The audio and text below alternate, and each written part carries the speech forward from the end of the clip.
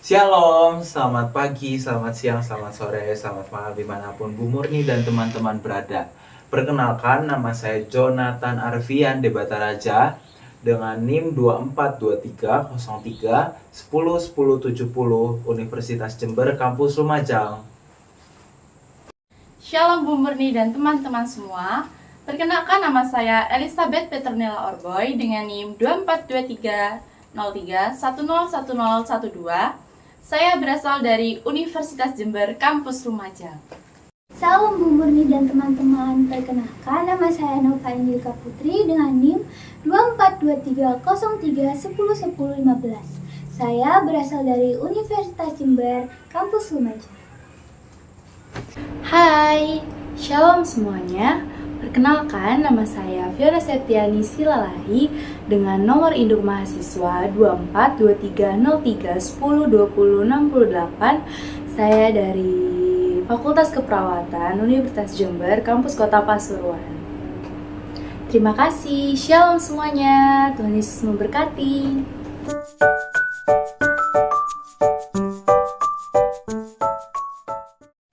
Latar belakang.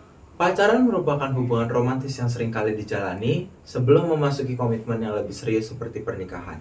Beberapa jurnal ilmiah telah membahas proses dan faktor yang terlibat dalam hubungan pacaran.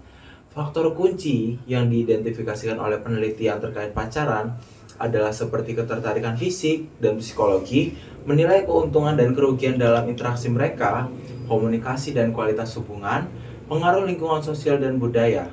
Maka dari itu, kelompok kami mengangkat topik pacaran agar bisa memberikan solusi dan peringatan agar kita bisa menghindari hal-hal yang tidak diinginkan selaku mahasiswa Kristen Universitas Jember.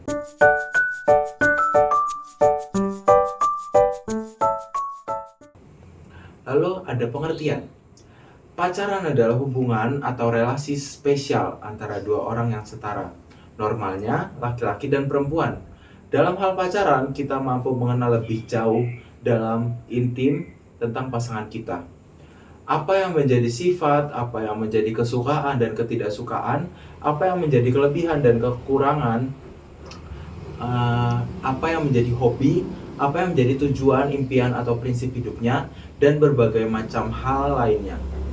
Dari yang sangat kecil sampai hal-hal yang sangat besar.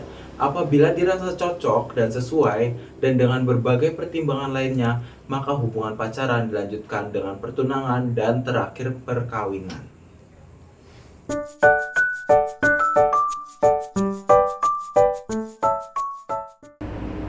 Nah, kenapa ya orang-orang tuh tertarik dengan yang namanya pacaran?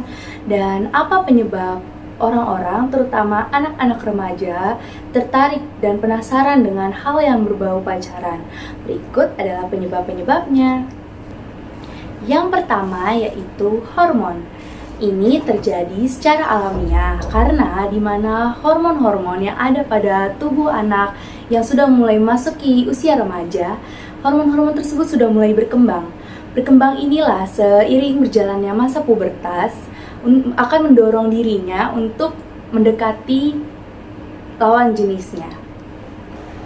Yang kedua, untuk membuktikan bahwa dirinya itu ada yang mau. Mayoritas lingkungan anak remaja memiliki pasangan atau pacar. Jika ada yang jomblo, mereka merasa malu karena tidak laku. Dengan mempunyai pacar, menandakan anak remaja tersebut ada yang mau dan dirinya itu menarik. Yang ketiga yaitu untuk membuktikan bahwa dirinya itu normal. Semakin kesini, semakin maraknya LGBT atau yang biasa disebut lesbian, gay, bisexual, transgender. Anak remaja yang masih menjomblo merasa malu tidak memiliki pasangan dikarenakan takut disebut remaja yang tidak normal. Remaja yang mempunyai pacar lawan jenis dianggap sebagai remaja yang normal alias tidak memiliki kelainan. Hal ini memang terdengar aneh, namun di kalangan remaja ini seringkali terjadi. Yang keempat yaitu ikut tren. Memang sedikit aneh, namun tren masa kini anak remaja memiliki pasangan yang mampu menaikkan harga dirinya. Aneh ya, tapi inilah yang terjadi.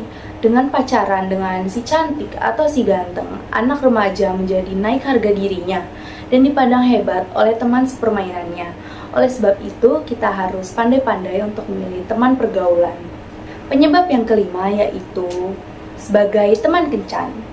Ada beberapa anak yang di dalam rumahnya itu merasa kesepian.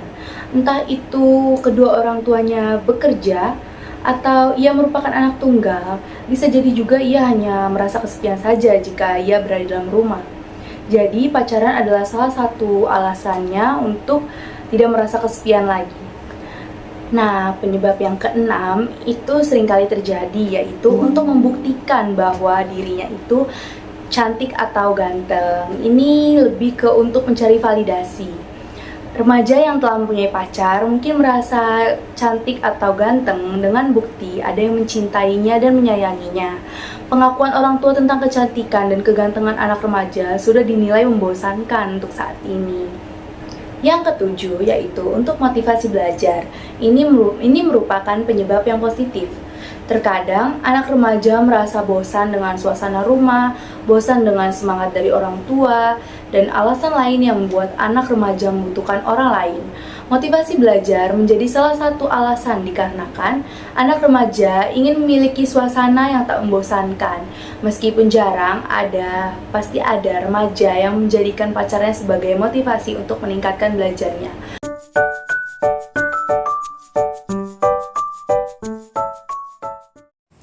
Selanjutnya ada jenis-jenis pacaran. Pacaran mempunyai dua jenis, yaitu pacaran sehat dan pacaran yang tidak sehat. Pacaran sehat merupakan pacaran yang berlandaskan Alkitab dan bertujuan untuk hidup dengan benar serta menghasilkan pertumbuhan rohani meliputi pacaran sehat secara fisik seperti psikis, fisik, dan sosial.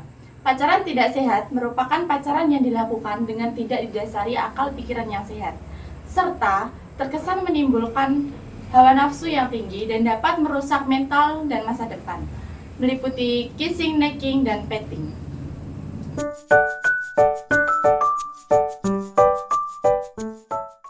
Selanjutnya juga ada hal-hal yang harus diperhatikan ketika pacaran. Apa sih yang harus diperhatikan ketika pacaran? Ada dalam Alkitab. Roma pasal 13 ayat 13. Marilah kita hidup dengan sopan seperti pada siang hari. Jangan dalam pesta pora dan bermabuk-mabukan. Jangan dalam pencabulan dan hawa nafsu. Jangan dalam perselisihan dan iri hati. Pandangan Kristiani terhadap pacaran. Yang pertama, berpacaran tidak termasuk hubungan seks, ada dalam Alkitab. Tetapi, tubuh bukanlah untuk pencabulan, melainkan untuk Tuhan, dan Tuhan untuk tubuh. Jauhkanlah dirimu dari pencabulan, karena setiap dosa lain yang dilakukan manusia terjadi di luar dirinya. Tetapi orang yang melakukan pencabulan dosa terhadap dirinya sendiri. Ada dalam 1 Korintus pasal 6 ayat 13 dan 18. Dan yang kedua, jagalah diri Anda agar tetap suci.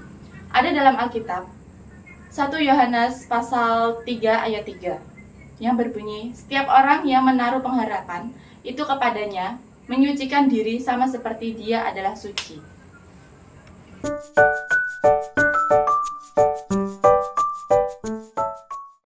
Nah, yang selanjutnya ada pro kontra di kalangan Kristen. Pacaran dalam kalangan Kristen memiliki pro dan kontra yang didasarkan pada pandangan teologis, moral, dan sosial. Pro pacaran di kalangan Kristen yang pertama ada proses pengenalan. Pacaran dianggap sebagai cara untuk mengenal calon pasangan secara mendalam sebelum pernikahan. Yang kedua ada pertumbuhan emosional dan spiritual. Pacaran dapat membantu pertumbuhan emosional dan spiritual dalam hubungan. Yang ketiga ada kasih Kristiani. Pacaran yang mengajarkan kasih yang berdasarkan pengorbanan dan kesabaran sesuai dengan ajaran Kristus. Lalu yang selanjutnya ada kontra pacaran di kalangan Kristen. Yang pertama, resiko moral. Pacaran dianggap berpotensi membawa godaan terhadap perilaku seksual sebelum menikah. Yang kedua ada pacaran tanpa tujuan pernikahan. Jika pacaran tidak diarahkan untuk menikah, dianggap tidak bertanggung jawab. Yang ketiga ada pendekatan courting. Sebagian kalangan mendukung courting yang lebih serius dan diawasi keluarga.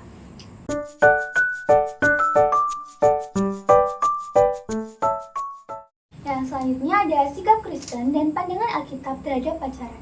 Sepanjang Alkitab, mulai dari kitab Kejadian sampai Wahyu, tidak pernah ditemukan tentang arti kata pacaran. Walaupun beberapa orang menyebut bahwa pacaran adalah sebuah proses sebelum menuju atau memasuki jenjang pernikahan. Faktanya, Alkitab tidak pernah menuliskan tentang kata pacaran. Namun, Alkitab menuliskan sebuah ulasan yang indah tentang persahabatan. Di dalam Alkitab, Tuhan memang tidak menetapkan secara jelas mengenai hal berpacaran. Akan tetapi, firman Tuhan memberikan standarisasi hidup yang harus kita lakukan sebagai pemuda-pemudi Kristen yang memiliki identitas Kristus. Yaitu, yang pertama, tubuh kita adalah bait Roh Kudus yang terdapat pada 1 Korintus 8 ayat 9. Ayat 6. Yang kedua, melakukan yang benar, sebab tidak semua hal berguna bagi hidup kita, yang terdapat pada 1 Korintus 6 ayat 12. Yang ketiga adalah hidup kudus dan menjaga kekudusan hidup, yang terdapat pada 1 Petrus 1 ayat 15. Dan yang keempat, menjauhi percabulan, yang terdapat pada 1 Tesalonika 4 ayat 3.